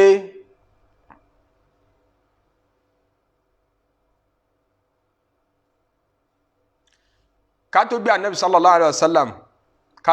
ká tó gbé dìde ní òjíṣẹ́ ni wọ́n ti ṣe practice yìí bọ̀ wá bàbá ìyàwó lè sọ pé rárá ọ̀rẹ́ mi kan ni mo fẹ́ kó fẹ́ ọmọ ọ̀rẹ́ mi kan mo fẹ́ kó fẹ́ àbọ̀rẹ́ mi náà kò nítorí pé kí ni nítorí pé mi àti ẹjọ́ ní bísínẹ́sì kan tá a jọ ń ṣe papọ̀ bísínẹ́sì tá a wá jọ ń ṣe papọ̀ yìí tá a dá àfẹ́kẹ́ tó bá lọ fẹ́ ẹbí mi ọmọkùnrin mi ni yóò máa jogún yóò máa jàǹfààní ọ̀rọ̀ yìí àfẹ́ kí ẹlòmíì wà àárín wa àfẹ́ kí ọ̀rọ̀ yìí concentrate láàárín wa nítorí náà gbogbo àwọn ọ̀rẹ́ ọjọ́ máa wá sọ láàárín ara wọn kí ọmọ tèmi ọmọ tiẹ̀ ní ọ̀fẹ́ o ọmọ tèmi ọmọ tiẹ̀ ní ọ̀fẹ́ o àfẹ́ kára àtọ́ wá torí tó bá fọmọ rẹ̀ fún ọkùnrin míì èyí tó bá jẹ́ ìpín tọmọbìnrin yẹn ní ogún bàbá rẹ̀ nínú ọ̀rọ̀ bàbá rẹ̀ ọ̀dọ̀ ọkùnrin yẹn ní lọ kò fẹ́ bẹ́ẹ̀ nítorí personal interest tí wọn àtàjọṣepọ̀ wọn ń subject life àwọn ọmọ wọn sí gbogbo irú nǹkan bẹ́ẹ̀ Islam gbégilé anu adlul mar'a lọ́wà tọ́lọ̀ ń sọ pé wala ta'duluhunna nínú Suratu Nisa àyà 19 ya ayyuhal ladhina amanu la yahillu lakum an tarithu nisaa karahan wala ta'diluhunna litadhhabu bi ba'di ma ataytumuhunna illa ayatina bi fahishatin mubayyinatin wa'ashiruhunna bil ma'rufi fa in karihtumuhunna fa 'asa an takrahu shay'an wa yaj'ala Allahu fihi khayran kathira. ẹ máa hànà fáwọn ọmọbìnrin láti establish relationship tó bá wù wọ́n tó bá ti jẹ́ ni tó lè maintain wọn ẹni tó lè tọ́jú wọn wọ́n fẹ́ fẹ́ ẹ má dí wọn lọ́wọ́ ẹ ò bá jẹ́ bàbá ìyàwó ìmí tuntun bẹ nínú adúlù òun ni pé ẹni tí èwù lẹ̀ ṣe bàbá ìyàwó bóyá ọmọbìnrin yẹn àti kékeré bàbá yẹn ti kú wọ́n bí lọ́mọ òrukàn ẹ̀gbọ́n bàbá rẹ̀ àbúrò bàbá rẹ̀ abẹ́ni tí ń ṣàǹjálá mójú tó ti ń tọ́jú ẹ̀ tóun rí kí ọmọ yìí ní property bàbá ẹ̀ fi property tó pọ̀ lẹ̀ fún ọmọbìnrin kékeré wọ́n àwọn kí ìtòun fi jẹ́ kára àtọ́ fẹ́ ọ̀dẹ̀dẹ̀ tèmi lọ dàgbà sí tí ń jẹ tí ń mu tí ń náwó lé lérí ó sì ní property ọgbà oko ńláńlá kan àbí company ńláńlá kan bàbá rẹ̀ fi lẹ̀ nítorí kí company yẹn lè padà sí káwọ́ tiẹ̀ ó lè dúró lérí pọ́ùn lòun ọ̀fẹ́ ọmọ sì ní kò tẹ́hùn lọ́rùn òun ti lóyún ẹnìkan tí àwọn akọni sóhun tóun fẹ́ fẹ́ àbíkọ́ ní pẹ́ rárá ọmọ mi lọ́fẹ̀ẹ́ ní tipa adilul mar'a ni tọ́lọ̀ ní wala ta'diluhunna ẹ má ní wọn la ẹ má hànà wọn kan fẹ́ni tó bá wọ́n litadhhabu bi ba'di ma ataytumuhunna láti lè gbà lọ́wọ́ wọn nínú àwọn nǹkan tó ti jẹ́ tiwọn. illa yatina bi fahishatin mubayyinatin. nínú adilul mar'a tí wọ́n tún mọ́ sọ̀bjẹ́ obìnrin má jìyà o kí Islam tó dé ẹnìkan kọ́mẹ́ntì ń bẹ̀ wọ́n ní pé ká point of correction Islam ti dé tipẹ́tipẹ́ ṣáájú ànábì ọ̀rọ̀ méjì ni tí ò jọra wọn tá a bá ní Islam ànábì Ibrahim alayhi salatu wasalam ó ní ana awwalul muslimin kí ni ìtumọ̀ Islam ti ń wí ń bẹ̀ yẹn ni pé nínú àwọn ẹjọ́ mi yé mi là ṣáájú àkọ́kọ́ mùsùlùmí Ọlọ́run tó ní ká ànábì Muhammad sallallahu alaihi wasallam náà sọ pé ana awwalul muslimin èmi mo kọ́kọ́ juwọ́lẹ̀ nítumọ̀ rẹ̀ yẹn ni pé ní Mákà ń bí ta là àkọ́kọ́ mùsùlùmí ẹ̀ka tán mùsùlùmí gan Mákà rí anabi Muhammad náà ni sallallahu alaihi wasallam sọ̀rọ̀ yẹn ò takora wọn Islam ti ń bẹ ṣáájú anabi Muhammad àmọ́ Islam náà tún ni anabi Muhammad náà ló tún mú wá Islam ti ń bẹ ṣáájú anabi náà ní tọ́lọ́run fi dálé ayé tó ti wà láti ìgbà táwọn màláíkà ti wà òun náà Islam gbogbo wọn ń ṣe àbí gbogbo tí ń sin lọ́hùn kí wọ́n ń ṣe kí ni ń jẹ́ Islam ká sin lọ́hùn lóhun nìkan ká juwọ́lẹ̀ fún. so tábà ń sọ pé ń jò ní Islam délẹ̀ Yorùbá ń jò ní Islam bẹ̀rẹ̀ ń tà ń sọ ní pé relatively bó ní Islam ṣe dé Maka kò sí ń bẹ̀ ṣáájú ànábì sallallahu alaihi wasallam kódà ó ti sì wà rí ní Maka nígbà tá ànábì Ibrahim mú bẹ́ẹ̀ tá ànábì Ismail mú bẹ́ẹ̀ àmọ́ nígbà tó yá kò ti sí ń bẹ̀ mọ́ so relatively kí láà sọ pé Islam ṣe ní Maka ó ṣẹ̀ṣẹ̀ dé so point of correction àbí comment lérí point of correction now ẹ ṣeun gan jazakumullahu khairan. Àmín. ibi tá a ti wá ní pé adlul mar'a ìfúnlẹ̀ mọ́bìnrin kíyàn má jẹ́ ó má rí ìfúnlẹ̀ mọ́ pé ò ní lọlé ọkọ sẹ́ nítorí ìdí kan sí ìdí kejì tí ó máa jàǹfààní fẹ́ni tí ń bá ń fúnlẹ̀ mọ́ Islam tún jà fún wọn lọ́wọ́ àwọn ẹbí ọkọ nígbà tóbìnrin bá tọkọ rẹ̀ bá kú tọkọ obìnrin bá kú bá ṣe máa ṣe ńlẹ̀ Yorùbá láwọn ẹbí kan tí wọ́n máa súpò obìnrin tí wọ́n máa súpò obìnrin tí wọ́n sọ pé kò ní lọ́nú ẹbí mi àwọn làwọn ò fẹ́ wọ́n sì fọ́ọ̀sì obìnrin míì ni àbúrò kú ìlọ gbọ́dọ̀ fẹ́ wọ́n sì ń ṣe bẹ́ẹ̀ láwọn ibì kan lẹ̀ Yorùbá ní dìsín tí wọ́n force ẹ̀ wọ́n forcefully fún lọ́kọ Islam gbógun tì í ẹ lè force obìnrin sínú marriage kí ọ gbẹ́ni tó gbọ́dọ̀ fẹ́ ni ta ní tẹ́ mọ́ force ẹ̀ àyà yìí náà ló takò ó bó náà ṣe máa ṣe ń gbà náà ni pé wọ́n fẹ́ kọ́ fẹ́ bóyá búrò àbẹ́gbọ̀n ọkọ àbínú ẹbí ọkọ wọ́n ṣàfẹ́ kọ́ fẹ́ nìkan bẹ́ẹ̀ tí wọ́n bá sì pin náà wọ́n ní bá a sọ ní tùbínùbí o tó bá yẹ pé òkú tó kú 2 3 níyàwó tó fi ilẹ̀ wọn a máa fẹ́ ju 4 lọ tí ìyàwó tó fi ilẹ̀ bá pọ̀ ṣẹ́ra àwọn àbúrò rẹ̀ àtàwọn ẹ̀gbọ́n rẹ̀ àtàwọn gbogbo àwọn ẹbí tí wọ́n fẹ́ píngún fún aṣọ ni wọ́n mú dání wọ́n máa ju aṣọ ẹni táṣọ rẹ̀ bá báyàwó kọ̀ọ̀kan ṣí ẹ̀ tí ẹnu òun ti fojú pé ìyá kìíní mo fẹ́ kọ́ bá yóò sì lẹ̀ láṣọ lẹ́nu báyìí ọba ìyá kìíní lọ́ba tèmi lọ́ba wọ́n máa mú lẹ́yọ kọ̀ọ̀kan bí ikọ̀ bígbà pé yẹn mú ọjà lérí àtẹ tí yẹn mọ́jà láàrin ọjà pé tèmi ni tiẹ̀ kọ́ tèmi ni àbí yẹn mú aṣọ ní ọjà tẹ́tí mọ́ ń ṣe ìmú ọkọ náà o tí èmi mo kọ́kọ́ mú àwọn ọjà tẹ́tí mọ́ bá aṣọ àlòkù yẹn bóbìnrin ṣe rí ilẹ̀ Lárúbáwá kí Islam ó tó dé point of correction kánàbí ò tó dé sallallahu alaihi wasallam kọ́mọ̀ bá a máa dàrú kẹ́lómi ò máa rò pé àbí Islam ṣẹ̀ṣẹ̀ bẹ̀rẹ̀ tó tọ́ ni naam bọ́n ṣe nu tán bá ti wá pín mógún tán pé èmi nìyá kinní kan ẹni tí wọ́n bá ti pín ọ fún wo obìnrin ó tó bẹ́ẹ̀ kó wá lera kó ní òun kọlọkọ rẹ òun pé ó kéré sí ọlọ́jọ́ orí àbí kinní kan ó ti dọ́kọ rẹ tuntun nù kò sì ní sanwó ògì tuntun pé owó orí tuntun kìí ṣe pé wọ́n fẹ́ bẹ̀rẹ̀ relationship tó níwọ̀n ti tẹ́lẹ̀ yẹn náà ni wọ́n fẹ́ continue attachment ní ìgbà pé amend ẹ̀ wọ́n replace ọkùnrin yẹn ọkùnrin tó ti kú wọ́n fàbúrò rẹ̀ síbẹ̀ wọ́n ní kankan náà ni tó bá ti wá bọ́ sọ́dọ̀ èdè rẹ̀ tán yóò máa fara ní yóò máa fìyà jẹ nítorí kíni nítorí wípé sẹ́mọ̀ ipá lówó ògì tán máa ń san pọ̀ owó èrí tán máa ń gbà pọ̀ gan-an mọ́ wọn lẹ̀ Lárúbáwá nígbà náà àwọn òbí tán fi lọ́kọ àwọn náà fi lọ́kọ pé àwọn fẹ́ fi pawó ni òfin tó ti wà kí Ànábì sallallahu alaihi wasallam náà tó dé kí Kùránì tó bẹ̀rẹ̀ sí ní sọ̀kalẹ̀ ni pé tó bá mọ́bìnrin lóhun ò ṣe relationship mọ́ òfin òun dẹ̀sì valid inú Islam dè ní tó bá ti jẹ́ sí pé ẹ fẹ́ dissolve nìka àṣemọ́ yẹn wá láti ṣáìdì obìnrin ó gbọ́dọ̀ rìfọ́ǹdì owó máàrù yẹn owó eré yẹn tí wọ́n fún ọ níjọ́ nìka kò bá ṣe 20,000 naira ìmọ̀ kéré ńlẹ̀ Yorùbá bẹ̀tí ńlẹ̀ Lárúbáwá tán ti ń gba millions lénìí ó gbọ́dọ̀ rìfọ́ǹdì ẹ̀ gbogbo gold tọkùnrin yẹn kó wá gbogbo tí wọ́n ní fi sínú list fún gbogbo ẹ̀ pátápátá ni obìnrin gbọ́dọ̀ dá padà wọ́n ti wá mọ̀ yìí pé táwọn bá fúnlẹ̀ mọ́ táwọn bá fara ní yìí oúnjẹ wọn níjọ́ máa jẹ òun fẹ́ máa lọ ṣòwò kan wọn níjó ṣe òun fẹ́ máa lọ ṣiṣẹ́ kan wọn níjó ṣe nǹkan kan wọ́n sì máa fi ibi pa sínú ilé ń bẹ̀ títí táàrà ó fi ní tí ó fi lóhùn ò ṣe mọ́ tó bá ti wá lóhùn ò ṣe mọ́ bá ń kó dodo tí bọ̀dá mi kó fún ọjọ́ tí ń bẹ láyé tó fi so igi rẹ̀ yọ wà dá padà ń tí ń fẹ́ gẹ́gẹ́ náà nù lọ́lọ́run fi ní wala ta'diluhunna litadhabu bi ba'di ma ataytumuhunna illa an yatina bi fahishatin mubayyinatin وعاشروهن بالمعروف فإن كرهتموهن فعسى أن تكرهوا شيئا ويجعل الله فيه خيرا كثيرا. ọ̀nà kan tún nìyẹn nínú adúlù tán fi ń fara ní obìnrin kó tó di pé Kùránì bẹ̀rẹ̀ sí ní sọ̀kalẹ̀ ẹ wá wo bí Kùránì ṣe ń jà fóbìnrin feminist tí ó bá sọ fáwa lé ní pé Kùránì ẹ̀ẹ́dọ́dọ́ ní kí wọ́n máa kò fọ́kàn obìnrin ní equal right ó study Kùránì dáadáa ní study Kùránì study bí situation ilẹ̀ Lárúbáwá ṣe wà kí Kùránì tó dé àti transformation tí Kùránì ṣe fáwọn obìnrin tí ẹ̀sìn Islam fi dẹ̀sìn obìnrin tẹ́sí pé gbogbo obìnrin tó bá gbọ́n tó bá ní làákàyè kò sẹ́sìn tó yẹ kó subscribe fún tọ́tà Islam ṣebí ìjẹ ìjáàbù tá a ní kóbìnrin lò náà fẹ́ fi pọ́n lé ni Allah ní dhalika àdínà an yu'rafna wala yu'dhain ìyẹn pé ìjáàbù tá a ní ẹ lò yìí ìyẹn la fẹ́ fi jẹ́ kí wọ́n máa dá ìyẹn ọmọlúwàbí mọ̀ tí wọ́n fi ní máa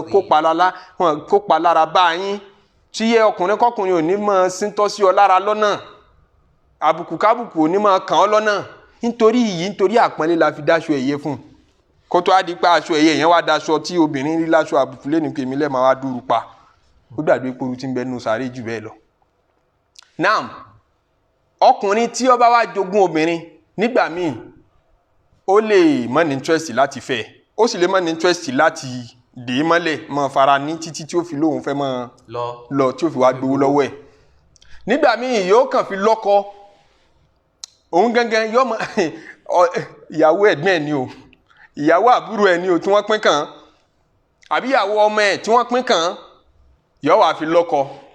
Owó sàdáàkì, owó erí tọkọ tuntun yẹn ọ̀sán ta ni ó gbà? Èyí tó fi lọ́kọ òun náà ni ó gbà. Èyí tó fi lọ́kọ bí ìgbà pín yẹn ta property, bí ìgbà pín yẹn ta ìkànnà property rẹ̀ tó jogún. Ojú tí wọ́n máa fi trade obìnrin tí wọ́n máa fi wo obìnrin gbà náà nù adlul mar'a ni wọ́n ń pè. Ọlọ́ni wala ta'duluhunna bá ń tún ká. wala ta'duluhunna litadhabu bi ba'di ma ataytumuhunna. illa ayatina bi fahishatin mubayyinatin wa ashiruhunna bil ma'ruf. Ọlọ́ni ẹbóbìnrin gbé, Kùránì là ń kà yìí, ẹbóbìnrin gbé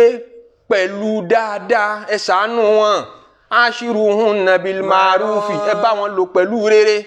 Fa in karitunna, tó nǹkan kan bá ń bẹ lára rẹ̀ níwà àbí lẹ́wà tẹ́ kórìíra bó ṣe rí, abẹ́ kórìíra abẹ́ kórìíra bí ṣe máa ń sọ̀rọ̀ kò mọ̀rọ̀ sọ, yóò kàn máa ṣèdè lókè, yóò kàn sọ̀rọ̀ gàù, kò médé pè,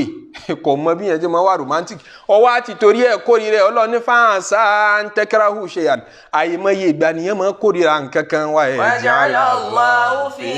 khayran kathira. Tó sì jẹ́ pé ń tó kórìíra ìyàwó rẹ̀ tó ń lùlùkulù yẹn tó fún lówó oúnjẹ, tó sọ di àpò ẹ̀ṣẹ̀ tó ń gbà, bóyá rẹ̀ lórí tọ́pọ̀ wà, kódà bóyá àṣeyọrí tí wọn náà rí ẹnu wọn tó ń rí nù ìgbésí ayé rẹ̀ bóyá sábàbí rere lọ́lọ́run fobìnrin yẹn ṣe nú ọ̀dẹ̀dẹ̀ rẹ̀ ọmọ òun pé kó jáde kó sáà lọ tó bá lọ bóyá rírì rẹ̀ lọ́nu, bóyá àṣeyọrí rẹ̀ lọ́nu ọmọ tí ò yé yín nípa ọ̀rọ̀ relationship pọ̀. Ẹ̀yin kàn ṣe bí àṣebí àkàn súnmọ́ra wa ń bímọ fúnra wa ni ń tọ́ àtàchì mọ́ nínú ètò kádàrá rẹ̀, nínú ètò àṣeyọrí àti failure rẹ̀ ọ̀pọ̀ gan-an ní tí ó hàn sí wa. Ìyẹn fi gbọ́dọ̀ ṣe pẹ̀lẹ́pẹ̀lẹ́. Nígbà míì ọkọ fún rẹ̀ yóò máa ṣe àdúlù ìyàwó ẹ̀. Mo fẹ́ kọ́ ilé wọn ní ò lè kọ́, àwọn ẹbí ń dá sí pé ò lè kọ́ ebi gidi ó sì pa ní ọba ní fún lówó oúnjẹ mọ́, kò ní wá sunlé mọ́, yóò máa wá fara ní débi tí tọ̀hún gan máa hàn pé akóhun ó sì máa lọ pé o, yóò wá fúnlẹ̀ mọ́ tí n bá fúnlẹ̀ gidi mọ́ yọ lọ títí tọ̀hún ó fi wá ronú kó wọn mọ́ lọ nítorí kó lè rówó rẹ̀ gbà padà. Tọrọkùnrin mi crazy ó lè hùn kí a lóbìnrin tí mo sanwó gidigidi owó ríbi owó ràbàràbà tí mo fi fẹ́ kí n wá jọ lọ tán kọ́ wá kàn mọ́ kí n kọ́ lẹ̀ kọ́ máa kówó lọ nítorí tó bá jọkùnrin lọ́kọ obìnrin lẹ̀ tí è ṣe nítorí nùṣúzù o ò lẹ́tọ̀ọ́ àti gba owó sàdáàkì tó fún ò lẹ́tọ̀ọ́ àti gbà lọ́wọ́ ẹ̀. tí è ṣe torí nùṣúzù ni ẹjọ́ tọ́pọ̀ ní tán pé nùṣúzù tá a padà sọ̀rọ̀ lérí ẹjọ́ kan. Nùṣúzù ni kọkùnrin ọmọ ṣe wọ́nranwọ̀nran àbí kóbìnrin ọmọ ṣe wọ́nranwọ̀nran lé ọkọ. Tọ́ba yẹn sì kọ́ ọkàn òun kí alágbájá ti sú mi mo fẹ́ kọ́ lẹ̀, o ní justification gidi kan, kì í ṣe pé ó ṣe ṣìnà àbọ̀ báyé jẹ́ kan lọ́kàn fẹ́ fi lé, o lè gba owó erí tó san fún yẹn, o lè gbà lọ́wọ́ ẹ̀. Kùránì ló sọ bẹ́ẹ̀, àjẹmọ́nú tiẹ̀ ni. Àmọ́ tó bá jóbìnrin gangan ló fi inú fẹ́ dàn pé òun lọ lé bàbá òun, àwọn ọ̀gbádùn ọkùnrin yìí mọ́kọ̀ ká òun lẹ́nu, kò lè satisfy òun lérí bẹ́ẹ̀dì, ó tọ́ fún un nínú ṣẹ̀rí àkólóhùn òṣèmọ́ o. Mo fẹ́ ìní ṣe ṣìnà, ẹni yóò tẹ́ mi lọ́rùn, mo fẹ́ wẹ́lù mí lọ. Tó bá rí bẹ́ẹ̀ tó bá lóhùn ń lọ, tí èṣe nítorí nùṣúzù lòun náà fi ń lọ pé ọkọ mi ń lù mí lùkulù, ó fẹ́ báyé mi jẹ́, ó ní láti dá owó máàrù tí wọ́n san fún, owó erí tán san fún dáwùdì òun láti dá padà. Ọkọ mi ò máa ti torí ẹ̀ fúnlẹ̀ mọ́ ìyàwó ẹ̀ pé yìí tèmi ó fi kọ́lẹ̀ tó ní dáwó padà, èyí fúnlẹ̀ mọ́ nígbà tí n bá fún ọ lówó oúnjẹ fún bí oṣù mẹ́fà fún bí ọdún kan tára bá ní ọ gidi, ọ ló fẹ́ máa lọ, ní wọ́n àti mú ọ ló fẹ́ máa lọ tó bá jẹ́ ọlọ́jàwé tọ́láàkì ọ̀dà ẹ̀kọ́ lóhùn ni wọ́n ń pe léyìn ọ̀dà owó padà nítorí kó lè rówó gbà kọ́ má bàa àtúgbówó lọ yóò máa fúnlẹ̀ mọ́. Ádìlú náà wọ́n ń pè.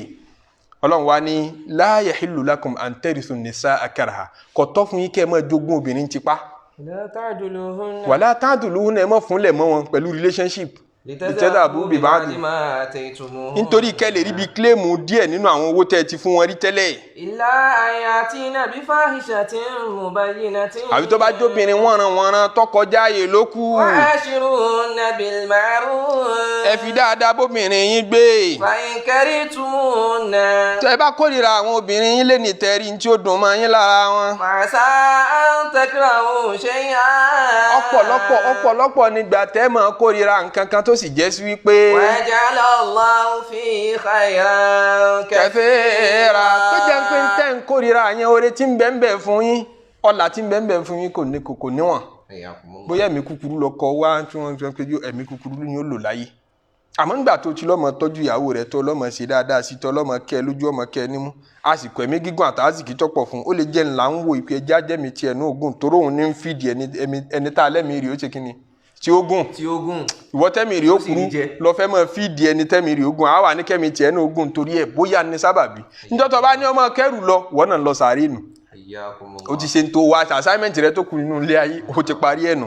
ẹnìkan ọmọ bí kádàrá ti ń wọ́ọ̀kì ká ṣe pẹ̀lẹ́pẹ̀lẹ́ Al-Qur'an Ar-Rahman ó tún wá jẹ́ Al-Qur'an. ó tún wá jẹ́ basira nínú orúkọ tí Qur'an ń jẹ́ ní basira òye àti ọ̀làjú Qur'an là wá lójú òfin tí òye wa hàn wá òfin tá a mọ̀ wá fẹ́ẹ́ pé gbogbo ẹni tó bá ti dìmọ́ Qur'an àtàwọn ẹ̀kọ́ Qur'an yóò máa yé gbéjẹgbẹ́ rẹ̀ lọ yóò máa mọ tẹ́gbẹ́ rẹ̀ ọmọ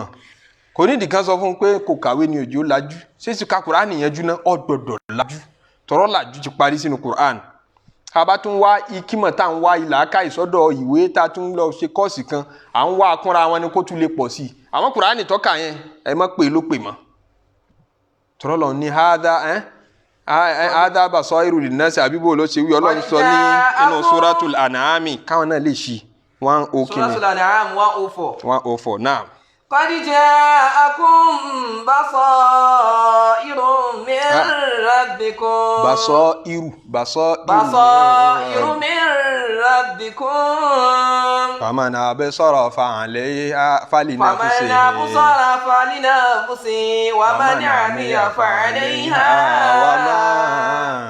أنا عليكم بحفيظ أن قد جاءكم بصائر من ربكم ọ̀làjú rèé látọ̀dọ̀ Ọlọ́run tó fẹ́ là yín lójú tó fẹ́ ṣíjú yín sí tí ò yé yín nǹkan tẹ́ lè darí fúnra yín. min rabbikum. fàmà ní abusọ́ra Kùránì yìí ẹni tó bá wá dójúlẹ̀ tó jẹ́ kí Kùránì kóró ń là lójú fani náà. ìwọ náà ni ọmọ ẹja ń fani fún. wa man amiya fa alayha. ẹni tó bá ní rárá èmi fẹ́ dijú mọ́rí náà ni èmi ò fẹ́ lajú. fa alayha. ìwọ ó sì ṣẹ́kù láfọ́jú. fa alayha tiẹ̀ náà nífọ́jú ọmọ jẹ́ òní ríran ntara ayé bá ń rí lódodo ìwọ mọ̀ rí nírọ́. ṣé ẹ mọ̀ pé tẹ́lẹ̀ rí Kùránì tó bẹ̀rẹ̀ sí ní sọ̀kalẹ̀ àwọn Lárúbáwá tán bá bímọ àtọmọ ọkùnrin àtọmọ obìnrin àmọ́tọmọ ọkùnrin lọ́pọ̀ jù tó bá bímọ yóò kàn lọ gbẹ́ kòtò yóò sì lọ rí mọ́mọ́ bẹ́ẹ̀ yóò lọ rí ọmọ rẹ̀ mọ́nú kòtò kọ́ yóò ṣe o sísítẹ́ẹ̀mù tí gbogbo aráàlú mọ̀ sí ni o ṣe pé èní yìí táwọn obìnrin ń ṣe lénìí pé àwọn kan lọ ju ọmọ kan sí rí àtàǹbì kan wọ́n ń yọ ọ́ ṣe ní òru ní ọlọ́gbé síbẹ̀ wọ́n bá ká amọ́ nìkan ló kù èyí tán ń ṣe nígbà yẹn burú tayọ àkàyọ́ṣe wọ́n ń ṣe é jẹ́ publicly ni táwọn èèyàn wà á kí sílé kí ọmọ tó bí ń jẹ ló dáná àmọ́ ti lọ́ọ́ rí mọ́lẹ̀ ok ó dá no problem kò yẹ ṣe pé nìkan wà bá wí sí pé kílé tó rí mọ́lẹ̀ ẹni tí wọ́n jọ mọ̀ láṣà ni kí oyún yẹn a expect ẹ̀ àmọ́ pé yóò wá bá yẹn àdẹ lówó lọ́wọ́ tá a fi máa tọmọ kan nísìnyí àti lọ́ọ́ rí mọ́lẹ̀ o ìyá ọmọ yẹn dẹ̀ wá fáyìn o kò jù báwọn lọ́bí tí ó parí sínú kò sí pé ẹ wá rí ọmọ mọ́lẹ̀ kò síbẹ̀ lọ́lọ́run fi wá ní àṣà yìí burúkú kọ̀ wà ìdàlùmọ̀ òwúdà tó sùn ìlàtí àwọn ọmọ tẹ̀ ń rí mọ́lẹ̀ yẹn á padà bí wọ́n jọ àlùkìyámọ̀ pé bí ayé zẹ́ńbẹ́ ń kùtì láti kí lẹ ṣe fáwọn òbí yín tán fi pa yín yẹn ni pé ẹ̀yin òbí ẹ̀ ní lọ́lá ìgbẹ́jọ́ tẹ́ bá ṣe bẹ́ẹ̀ tẹ́ pọmọ nítorí pé ẹ fẹ́ ṣẹ́yún àbẹ́ pọmọ nítorí pé ẹ rò pé yọmọ bá yín jẹun ta ní bolẹ́ tí wàá rówó tẹ́ mọ́ fi tọ́ Ọlọ́run ní nahnu narzuquhum wa iyyakum àwọn ọmọ tẹ́ fẹ́ ti torí family planning tẹ́ wá fẹ́ ti torí ẹ̀ mọ́ gbẹ̀mí lọ́rùn àwọn ọmọ kéékèèké àwa là ń ṣe jíjẹ múmu fún wọn àwa là ń ṣe jíjẹ múmu tí yín náà kìí ṣe pé yín lẹ́mọ̀ ṣe jíjẹ múmu wọn kìí ṣe pé ọrùn yín ló wà owó tẹ̀ fi ń tọ́ àwọn ọmọ àwa là ń kó sí yín lápò tọmọ rẹ bá ti lé kan sí owó tí ó tún lé kan sí ó tún wọnú àpò tiẹ̀ náà ẹ̀kọ́ yẹn ni Qur'an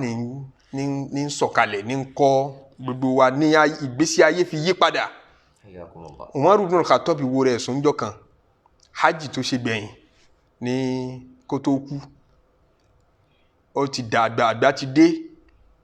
òun sì ní khalifa ó wá dé ibìkan ní Mẹ́kà nígbà tó lọ ṣe hajj ó débẹ̀ àwọn èèyàn pọ̀ tán tẹ̀lé gẹ́gẹ́ bí àlífà bó ṣe débẹ̀ ó wá dúró ó wá sunkún àwọn èèyàn ní kíní pa lẹ́kún ó ní kò tí ì ju bí 20 kíní kan years back lọ àbí ká pé 30 years bí ọdún bí 30 years kí nígbà tí Kùránì ṣẹ̀ṣẹ̀ ń sọ̀kalẹ̀ níbi tóun dé yìí òun máa ń bá àwọn kan dáran ní níbẹ̀ tẹ́lẹ̀tẹ́lẹ̀ adáran jẹ lòun òun máa ń bá òun ò tún dẹ́ran ní wọ́n máa ń kọ́ ẹran fóun ní kí wọ́n bá mi dẹ́ran yìí lọ sí inú kókó wa ní tí ó jẹ́ wọ́n sì fóun lówó kékeré kan ó ní nígbà tóun sọ yìí òun ò lè dá owó ká owó máa dàrú mọ́ òun lọ́wọ́ òun ti dàgbà tó láàárín ọdún díẹ̀ síra wọn òun lòun wá dẹni tí ń pàṣẹ gbogbo àlùmọ̀ òun wá di ó ju president yìí ní lọ torí ń pàṣẹ gbogbo ìlú tó di Saudi lẹ́ni òun lọ ga gbogbo ẹ̀ gbogbo ìlú tó di bí country tán pé ń bá Bahrain lẹ́ni òun ní ń pàṣẹ gbogbo ibi tí ń jẹ́ Iraq lẹ́ni country òun ní ń pàṣẹ gbogbo Syria lẹ́ni òun ní ń pàṣẹ ńjọ́ náà gbogbo Philistine lẹ́ni òun ní ń pàṣẹ ńjọ́ náà gbogbo ibi tó di kódà gbogbo ibi tó di Yamani òun ní ń pàṣẹ ńjọ́ náà Egypt òun ní ń pàṣẹ ńjọ́ náà àwọn ìlú yẹn pọ̀ London Empire ẹni tí ń daran níjó ní ẹ sọ fún mi níbo ló ti kẹ́kọ̀ọ́ tí ó fi máa govern gbogbo country kọ́ọ̀sì wo ló ṣe tó tayọ al-Qur'an kí ló kọ́ specialization wo ló sáré lọ́ọ́ kọ́ tó fi wá mọ management tó fi mọ bá ṣe yan gómìnà sáyé kọ̀ọ̀kan tó fi mọ bá ṣe àkáǹtì wọn tó tayọ al-Qur'an bí Qur'an ṣe transform life wọn nù Ọlọ́run ní famọ́ ní ààbò sọ́ra fàálí náà fún sí i wà má ní àmì àfààlẹ̀ ha wà má alaykum bihafiz. bẹ́ẹ̀ ni Qur'an tún wọ tí sunsun àti gbogbo nǹkan táwọn èèyàn máa ń mu tán máa ń fà bí igbó cocaine bẹ́ẹ̀ bẹ́ẹ̀ lọ ẹ má dé díẹ̀ Ọlọ́run ní la taqrabu àbíbò lọ́lọ́run ṣe ní Suratul Ma'idah innamal khamru wal maisiru wal ansabu wal azlamu rijsun min amali shaitani fajtanibuhu ẹ jìnnà sọ́tí ẹ má mutí mọ́ ṣé ẹ mọ̀ pé ẹni tó bá fẹ́ ṣọ̀làjú lé ní wọ́n ń fọtí ṣọ̀làjú ẹni tí ó bá mutí wọ́n mọ̀ wò bí ìgbà pé ara john lélẹ́yìí ò kí ń mutí wá òṣẹ́ nìkan wà tí kì í mutí ni àwọn ọlọ́tí kan tún mọ̀ béèrè bẹ́ẹ̀ pé ṣẹ́ nìkan wà tí kì í mutí ni àwọn òkè láìfù rẹ ń pé dry life ló ń lò náà ó kàn á dúdú ẹ̀ ó é mutí kí wá ló ń ṣe wọ́n mọ̀ wọ́ bí ara john bẹ́ẹ̀ ni wọ́n lọ lajú jù wọ́n lọ tí ó bá jẹ́ bẹ́ẹ̀ èyí ṣe tá Amẹ́ríkà US àti gbogbo ìlú lágbàáyé lénìí tí wọ́n wá ń fi ń criminalize kí wọ́n máa gbé cocaine ṣe bá lára lọ lára kí lè tí wọ́n máa fi ń tó bá hùn àwọn ìlú tán promote tán dẹ̀ propagate freedom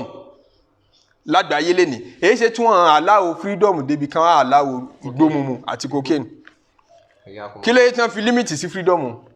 tí wọ́n mọ̀ ipò lè bá tọmọ làkejì jẹ́ látàrí ṣebí US náà ti fìgbà kan ẹ̀ ń jẹ́ 1918 1917 àwọn òfin wọn lófin tó tako kí wọ́n máa mutí wọ́n illegalize kí wọ́n máa mutí nígbà táriwo pọ̀ lé wọn lérí tọmọ ìlú ọ̀jẹ́ ni wọ́n legalize àti UK náà pẹ̀lú ó ti jẹ́ ìwọ̀ ń bẹ̀rí láìpẹ́ láì jìnà yìí náà tí ò tí ì pẹ́ jù o tí wọ́n ti sọ tí mímu lé wọ̀ ń bẹ̀ ṣé Kùránì wọ́n kà débẹ̀ sódìgbà táwọn tọ̀hún bá tó confam tá a bá ní lọ́dọ̀ ká tó mọ̀ ipa ní nǹkan tó tóbi lọ́dọ̀ Kùránì tó ní àmọ́ mutí láti how many years ago 1000 almost 500 years ago ẹ má dé di ọtí ẹ sì wá rí i pé bàṣọ ìrà ṣáwà gẹ́gẹ́ lálájú àwa ti lájú látọdún tó ti pẹ́ wọ́n ṣẹ̀ṣẹ̀ yá wọn sí pé kokéènì bíbí ọ̀dà torí tẹ́nìkan bá ti mú gbogbo ẹ̀yìn tẹ̀ sọ̀ráǹdì ẹ̀ safe mọ́ ilé ó lè endanger life gbogbo yín kìí ṣe torí tí ẹnìkan Ọlọ́run ní ẹ má mutí kìí ṣe nítorí tọlọ́tì nìkan nígbà tó bá mutí tán àwọn ìyàwó àwọn ọlọ́tì náà mọ déédéé ìyà táwọn ọmọ ń jẹ tó kọ àwọn bá ti háyì wọ́n mọ déédéé ìyà táwọn ọmọ ẹ jẹ lásìkò níbi tó ti mutí náà ni ó ti kọ obìnrin lẹ̀ kò ní mọ̀ pé òun ti kọ ìyàwó lẹ̀ tí wọ́n máa ń pè ní kọ́lọ́tì kan ọmọ bí ó ṣe lọ mọ́ṣáláṣí lọ kírun Ọlọ́run fi ní innamal khamru yuridu shaitan إنما يريد الشيطان أن يوقع بينكم العداوة والبغضاء في الخمر. إنما يريد الشيطان أن يوقع بينكم العداوة والبغضاء في الخمر. إنما يريد الشيطان ليوقع بينكم العداوة والبغضاء في الخمر والميسر ويصدكم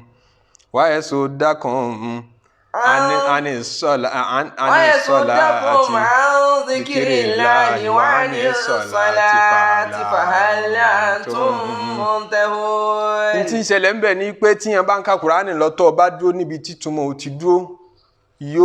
yóò interrupt ọ̀rọ̀ Ọlọ́run ọba. Àwọn àfáà tí wọ́n mọ̀ nípa bá ti ka Kùránì àwọn sọ pé nínú gbogbo òfin tẹ̀júwìdì pàápàá gbogbo ẹ̀ pàápàá nọ́mbà fẹ́ ni pé fàá ní yé mọ́ dì báyìí haraka mẹ́fà ẹ̀yìn nìkan dúró àti wájìbù bẹ̀ àti jáìzù bẹ̀ náà kì í kò sí dandan bẹ̀ lọ́kùnrin tọ́pọ̀lọpọ̀ àfáà sọ náà tí ò sọ bẹ́ẹ̀ wà. Wọ́n ní àmọ́ nǹkan méjì kan ń bẹ táwọn ò lè mójú kúrò mbẹ̀ òun ni bóòlù ṣe ń pe harafi torí pé ó ní ó ṣe pẹ̀lú mẹ́sẹ̀jì Ọlọ́run tó bá pe harafi bá míì ìtumọ̀ ti yàtọ̀. Alhamdulillah ẹ̀yìn ọpẹ́ tọ́lọ́run ọba ni tó bá ní alhamdulillah ìparun tọ́lọ́run ọba ni tó ń wínú. Alhamdulillah tó pé hamdulillah kíyàn pa náà ní jẹ́ hamdu ẹ ti rí pé bó ti ń pè tí ń yí padà ní ìtumọ̀ ń yí padà wọn láàlè mójú kúrò níbi harafi ó gbọ́dọ̀ pé harafi bó ti yẹ. Ìkan kejì tán ní àmọ́ mójú kúrò ń bẹ̀ ni pé wákùfù níbo ló ti dúró nígbà tí ìyàwó sùn tó ní tábà tí a dá àbí tọ́wá dúró ẹ kí ni túmọ̀ ẹ ó ní kò ní dáa fún bàbá òun bàbá tiẹ̀ ni o ó ní kò ní dáa fún bàbá òun ní túmọ̀ tí ń wíwùn àbí làhábìsì ni Ọlọ́run wí so ibi tí yẹn bá ti dúró ìmọ̀ dìtámì. إنما يريد الشيطان أن يوقع بينكم العداوة والبغضاء في الخمر والميسر. Ntí Ṣẹ̀tánì ń palẹ̀ mọ́ ní pé ó fẹ́ sọ yín dọ̀tá ara yín fil khamri níbi ọtí mímu والميسر ẹ máa dọ̀tá ara yín bẹ́ẹ̀ ẹ máa jàtúká níbi tẹ́ ẹ bá ti mutí ẹ làálàá sí ara yín gbàtọ́ bá lọ mutí lálẹ́ tó lọ klọ́ọ̀bù tó wá bára rẹ ní kọ́tà ní àárọ̀ ọjọ́ kejì àbọ̀ bára rẹ kìíní kan ti fojú rẹ ya ò tiẹ̀ mọ́ tó fojú gbá sọmọlúàbí ẹ kó ṣe kó máa ṣayé bẹ́ẹ̀. ويصدكم عن ذكر الله. ẹni bá ti mutí ò lè rántí Ọlọ́run bí kú bá ká a mọ́ bẹ́ẹ̀ ọba de kò sẹ́ni kọ́ lọ́tìgàn òní fẹ́ kó òun wà nínú ìhúnrírọ̀ tí ń gbà tó kú ọba dé ọ̀yẹ̀sùdàkùn máa ń dékìrì là kò ní jẹ́ ẹ̀rọ lọ́wọ́n rántí. وعن الصلاة. yóò tún gbàrún lọ́wọ́ yín kò ní jẹ́ òlé kírun lákòókò rẹ̀. فهل أنتم منتهون. Ọlọ́run ní gbogbo ń ta wá kálẹ̀ yìí só ti wá yé yín pé ẹ̀kẹ́ ìjáwọ́ báyìí só ti yí ọ ipò ẹ̀kọ́ kánú kúrò níbi ọtí mímu. kó o nídìí káwọn òyìnbó ṣẹ̀ṣẹ̀ wá sọ pé wọ́n illegalize ẹ̀ wọ́n prohibit ẹ̀ kó o tó wá mọ̀ pé ibi tí Kùránì kó wa sí náà ló yẹ ká dúró sí. Kùránì àyà kan tá a kà yín náà ní pé a mọ́ ta tẹ́tẹ́ Basira ni ẹni tó bá lajú ni kì í ta tẹ́tẹ́ gbogbo ẹni tí bá ń ta tẹ́tẹ́ kọ̀ lajú kọ̀ bá máa lọ kásínò tí ń bẹ nínú èbó àwọn tó ibi táwọn olówó àgbà ń lọ kó wá ṣe bí àáfẹ́ táwọn olówó àwọn tó tóbi jù láyé ń ṣe ni ẹ̀ lajú torí tí ń jẹ́ tẹ́tẹ́ ní pé jẹ́ ń jí ọ láyò jẹ́ ń gba owó tí ń bẹ lápò rẹ pẹ̀lú bànújẹ́ rẹ sẹ́nìkan máa lùzì owó níbi tẹ́tẹ́ kínú rí ó dùn ní kọ́rẹ́rìn ẹ̀ẹ́jà túká ń bẹ̀ ni innama yuridu shaitan ìpalẹ̀mọ́ ṣètánì dẹ̀ ni pé mo fẹ́ kẹ́ ṣètánì fẹ́ kẹ́ nira yín sínú ó fẹ́ sọ yín dọ̀tá ara yín ẹni tá a bá ti wá lọ tá a bá lọ ta tẹ́tẹ́ ẹni tá a bá jẹ owó rẹ̀ ṣé yóò fojú rẹ̀ wo ni ṣé yóò ṣàdúà nípa owó yìí yóò dirú yóò dìgbà mọ́ lọ́wọ́ lówó tó fẹ̀mí sí pé òun ló wọ́n jẹ ní tá a bá ń tajà tá a bá ń rajà àwọn òfin Islam fi dúró lórí pé ó gbọ́dọ̀ yọra yín nú ó gbọ́dọ̀ tẹ́ yín lọ́rùn má gba owó tí bànújẹ́ ọmọlàkejì yóò fi bànújẹ́ sanwó òun fún ọ bóyá o jẹ́ mẹkáníìkì tó wá ní o bíìlì ẹ̀ ní nǹkan kan tí kò kọ̀ necessary nínú mọ́tò rẹ̀ ọ wá fi tipátipá tìròjú àti bákan ó fi wówó yẹn ó kó lé ọ lọ́wọ́ kódà kò nídìí kó ṣépè lé ọ káyèrè ó tó dàrú kò nídìí kó ṣépè lé ọ kí bíbí ẹ̀ràn ó tó bí ọ lọ́jọ́ iwájú nítorí pé owó tó gbà sápò kò rí dùnnú fi kó lé ọ lọ́wọ́ àwọn ẹ̀kọ́ tí Kùránì kọ́ wa ni nígbésí ayé mùsùlùmí tí ń lo alukurani ó fi mọ bẹ́tà ọ̀làjú rí ó fi mọ ju tẹgbẹ́ rẹ̀ lọ Ọlọ́run ní Ar-Rahman ọba tó láàánú allama al-Qur'an àánú ni mo ṣe tí mo fi gbé Qur'an ilé yín lọ. Ar-Rahman allama al-Qur'an. Ní year 2000 ní bàbá wa Ọbásanjọ́ nígbà tí ó bọ́ sórí oyè ṣé year 2000 ló bọ́ bí àbí 2001 tí Abdulsalami kúrò ńbẹ̀ ní gbogbo àwọn gbèsè tí Nàìjíríà jẹ ṣe mọ̀ pé nínú àdánwò tó kan Nàìjíríà nígbà náà ni pé gbogbo international relations wa ti bàjẹ́ pẹ̀lú ọ̀pọ̀lọpọ̀ ìlú lágbàáyé lásìkò military nínú iṣẹ́ tí Ọbásanjọ́ kọ́kọ́ mú gbọ́ náà ni pé bóò ní gbogbo relationship yóò ṣe dá padà ó wá ní láti máa san gbogbo gbèsè tí Nàìjíríà jẹ wọ́n ní Ọbásanjọ́ náà ló fẹnu ara ẹ̀ sọ pé gbèsè tí Nàìjíríà jẹ ẹja kan tó wí gẹ́gẹ́ àkọ́jáde nínú newspaper Guardian kan ní year 2000. Now, as at 2000, yeah. all that we had borrowed up to 1985 or 1986 was around $5 billion. Ó ní iye tí Nàìjíríà jẹ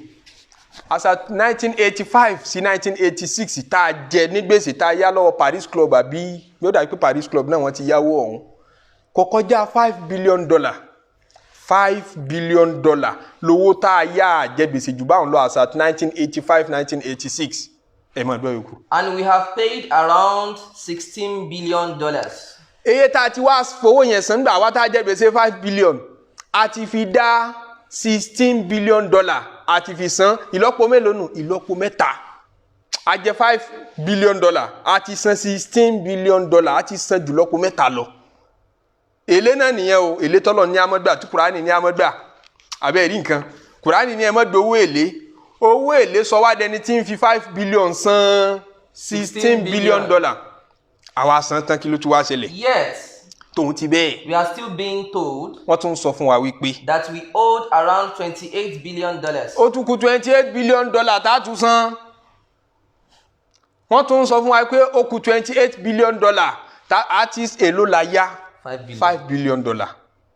Àti wá san èlò $16 billion àti san lọ́pọ̀ mẹ́ta ó ti lé. Wọ́n tún wá ní awálé lólókù tá a fi san yòókù parí. Wọ́n ló kù 28 billion. Níbo ni 28 yẹn ti wá? Níbo ni èlé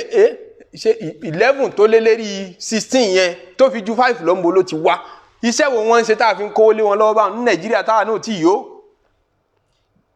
Kí ni tó ti sọ? The $28 billion came about because of the injustice in the foreign creditor interest rate. Nítorí interest rate ti Injustice. Paris Club náà mo rò pé wọ́n ti yáwó ọ̀hún tí n bá ṣe mistake. Nítorí injustice interest rate tí wọ́n fún wa ta ní láti máa san interest ló gúnra wọn ló compound débi ta ní láti san dúró owó yẹn a máa san 44 billion gbogbo tá a sì jẹ gbogbo gbèsè tá a jẹ 5 billion péré. Now, if you ask me what is the worst thing in the world. Bàbá Ọbásanjọ́ ní tẹ́ ọ bá bí mi pé kí ló burú jù láyé kì í ṣe mùsùlùmí ò kọ̀ọ̀ka Kùránì ó ní tẹ́ ọ bá bí mi pé kí ló burú jù láyé. I will say it is compound interest. Màá sọ pé compound interest ni Kùránì ti sọ bẹ́ẹ̀ 1400 and kini years ago. Tọ́lọ́run ti ní mo ní ẹ má gba owó èlé látàkùlù rìbá àdáhàfà mọ̀dáhàfà ẹ má jẹ owó èlé lájẹléra wọn àti compounding àti simple interest kò sí ìtọ́tọ́ mbẹ̀. Torí kí ló ṣe níṣẹ́ oògùn wo ló là tó justify kó gba èlé yẹn. Kẹ́nìkan wà lábẹ́ èsì kó mọ́ fún yín lówó microfinance kí wọ́n máa lọ ṣe wàhálà nínú ọjà kó máa dààmú kọ́ á jẹ́ pé ọ̀pá owó tó lérò ìpọ́pá Ọlọ́run ò mérè Ọlọ́run kún ní darí èrè ó kọjá agbára èèyàn Ọlọ́run ò mérè wá gẹ́gẹ́ bó ṣe lérò kí microfinance lóhun ó tì ọmọ tọ́ílẹ̀tì ṣẹ́ ṣàbòsí fún ọ ní àbí wọ́n ṣe rere fún ọ. Wọ́n ṣe rere fún ọ kó system yàn balance táwọn bá fẹ́ ṣe business gidi kan kó capital yẹn sínú business rẹ kan partner pẹ̀lú rẹ